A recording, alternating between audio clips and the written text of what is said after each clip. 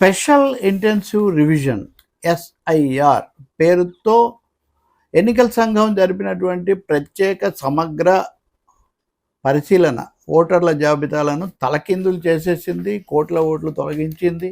2024 తర్వాత జరిగిన ఎన్నికలన్నింటిలో ఈ లక్షణం మనకు బీహార్ దగ్గర నుంచి తరతమ తేడాలతో కనిపిస్తుంది. కానీ అది బెంగాల్లో అత్యధికంగా ఉంది. ఎందుకంటే బెంగాల్లో తొలగించిన ఓట్ల సంఖ్య చాలా ఎక్కువ. ఇది కాకుండా ఇంకా అస్పష్టంగా టు బి అడ్జుడికేటెడ్ జాబితాలో పెట్టిన ఓట్లు కూడా చాలా ఎక్కువ. కాబట్టి దాదాపు 96-97 లక్షల ఓట్లు నేరుగా తొలగించారు. ఒక 27 లక్షల ఓట్లు ఇంకా పరిశీలనలో పెట్టారు. ఈ విధంగా జరిగిన ఎన్నికల తర్వాత ఫలితాలు కనుక చూస్తే ఖచ్చితంగా ఈ సర్ అనేటటువంటి ఈ రాజ్యాంగాతీత సరికొత్త ప్రక్రియ చాలా ప్రభావం చూపించింది అని తెలుస్తుంది. ఇప్పుడు ఇది times of India story. TMC last more vote share in seats with high voter deletion. ఎక్కువగా ఓట్లు తొలగించిన చోటే వీళ్ళ ఓట్ల శాతం చాలా ఎక్కువగా తగ్గిపోయింది అని చెప్పి ఇది చెప్తూ ఉంది. అలాగే స్క్రోల్ పత్రిక, దీని మీద వెబ్ పత్రిక ప్రత్యేకమైన అధ్యయనం చేసింది. 105 సీట్లలో సర్ ప్రభావం చాలా బలంగా ఉంది. బీజేపీ గెలుచుకున్న సీట్లు ఇవి 105 సీట్లు. అంటే వాళ్ళకి 200 వచ్చాయంటే అందులో సగం. వాళ్ళు 200 నుంచి 88 అంటే వాళ్ళు కోల్పోయింది కూడా 120 దాదాపు. ఇందులో 88 సీట్లు దాదాపు ఎప్పుడు బీజేపీ గెలవలేదు. ఒక్కసారి కూడా బీజేపీ గెలవని ఇప్పుడు గెలిచింది.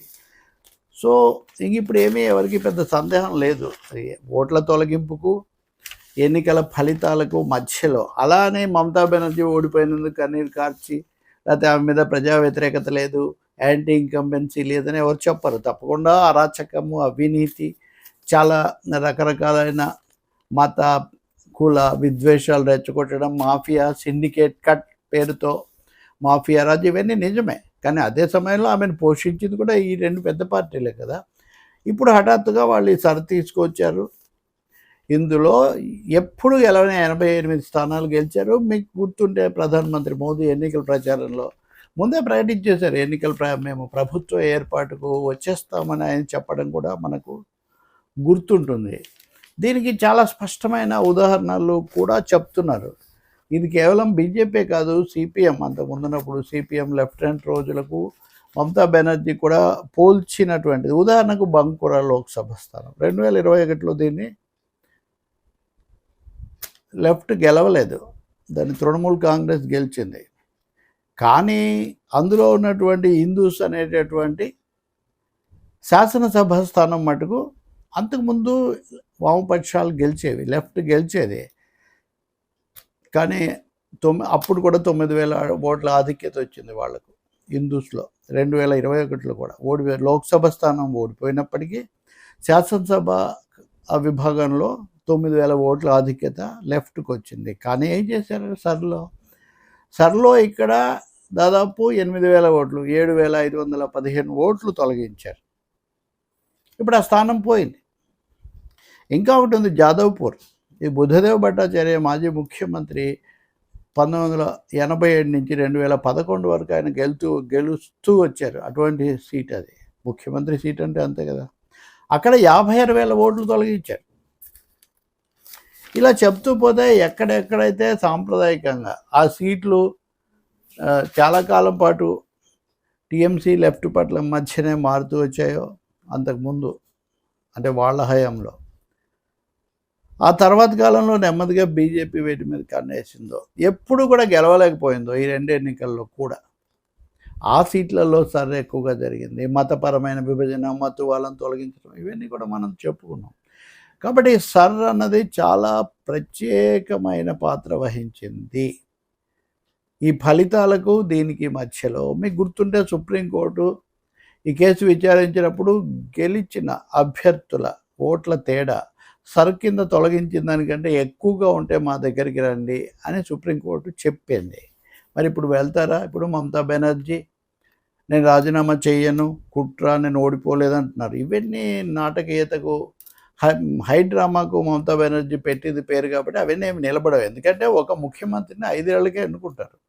శాసనసభ కాల పరిమితి 5 ఏళ్ళు అవగానే ఆ ప్రభుత్వం అయిపోతుంది. ఇప్పుడు ఆమె దిగిపోయారా లేదా, రాజీనామా చేశారా లేదా అప్రస్తుతం అసలు. ఆ సభే రద్దయిపోయిన తర్వాత ఆ సభలో బలం ఆధారంగా ఏర్పడిన ముఖ్యమంత్రి ఎలా ఉంటారు? పైగా ఎన్టీ రామారావు, ఈఎంఎస్ నంబూదిరిపాదు, సిక్కింలో నర్బహదూర్ భండారి ఇలాంటి ముఖ్యమంత్రులను చాలా ఆధిక్యతలో ఉన్నప్పుడు కూడా కేంద్రం నిరంకుశంగా బర్తరఫ్ చేసింది ఇది. కాబట్టి మమతా బెనర్జీని తీసేసి ఆ స్థానంలో కొత్త ముఖ్యమంత్రిని పెట్టుకోవడం పెద్ద సమస్య కాదు. అది ప్రజల ఈ ఓట్ల ఫలితం కూడా. కానీ ఈ స్థలప్రభావం ఏంటి, ఈ ఓట్లు పక్కన పెట్టడం ఏంటి అనే చర్చ చాలా కాలం సాగుతుంది. నేను మటుకు చెప్తూ వచ్చాను, మిగతా వాళ్ళేమో కానీ నేను చెప్తూ వచ్చాను, ఈ ఎన్నికలు సాధారణమైన ఎన్నికలు కావు, ఇవి చాలా విపరీతమైన అసాధారణమైన ఎన్నికలు అని. అది ఇప్పుడు ఫలితాల్లో కనిపిస్తుంది. బెంగాల్లో ఇంకో ముఖ్యమైన అంశం కూడా ఉంది.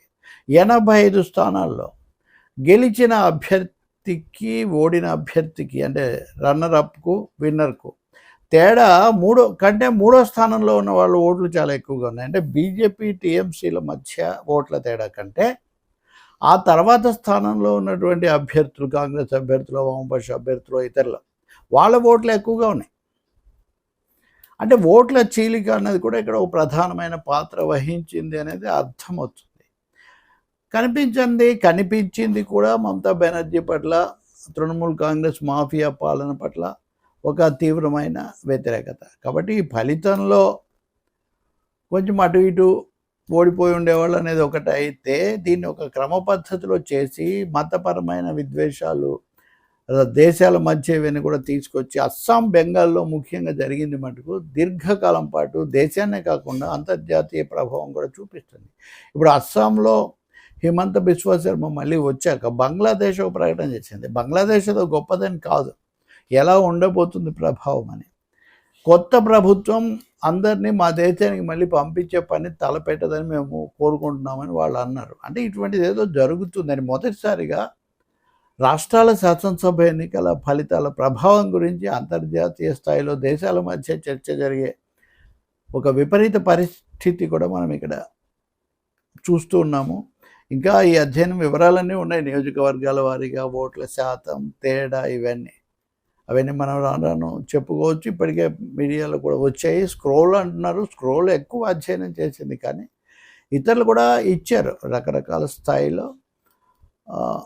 అయితే ఎవరు కూడా మమతా బెనర్జీ మీద యాంటీ ఇన్కంబెన్సీ లేదని చెప్పడానికి ఏం లేదు, అది కూడా ఉంది. కానీ దాన్ని అనేక పద్ధతుల్లో ఏమనాలి, కేంద్ర దర్యాప్తు సంస్థలను వినియోగించడం ద్వారా కానీ మతపరమైన ఉద్వేగాలు రెచ్చగొట్టడం ఇవన్నీ కూడా ప్రభావం చూపించాయి. సర్ర అన్నది వీటన్నిటికీ కూడా పరాకాష్ఠగా మారి బీజేపీని ఎలాగైనా కూర్చోబెట్టడం అన్నదే లక్ష్యంగా నడిచింది. సైద్ధాంతికంగా వామపక్షాలకు పెట్టని కోట అయినటువంటి చాలా కాలం పాటు 34 ఏళ్ల పాటు, ఇది చిన్న విషయం కాదు కదా. ఇంత హంగామా చేసిన మమతా బెనర్జీ 15 ఏళ్ళు కదా పాలించారు, 34 ఏళ్లలో సగం కూడా కాదే. సో బీజేపీ ఇప్పుడు గెలిచినప్పటికీ కూడా అది ఎట్లా ఉంటుంది, ఎంతకాలం ఉంటుంది మనం చూడాలి. రెండోది, ఎన్నికలు అన్న తర్వాత ఎన్నికల్లో గెలుపులు ఓటములు కూడా తప్పకుండా ఉంటాయి. ఒకరు 30 ఏళ్ళు పాలించారు, 40 ఏళ్ళు పాలించారు, కాబట్టి ఎప్పుడు వాళ్ళే పాలిస్తారనేది ఏం లేదు.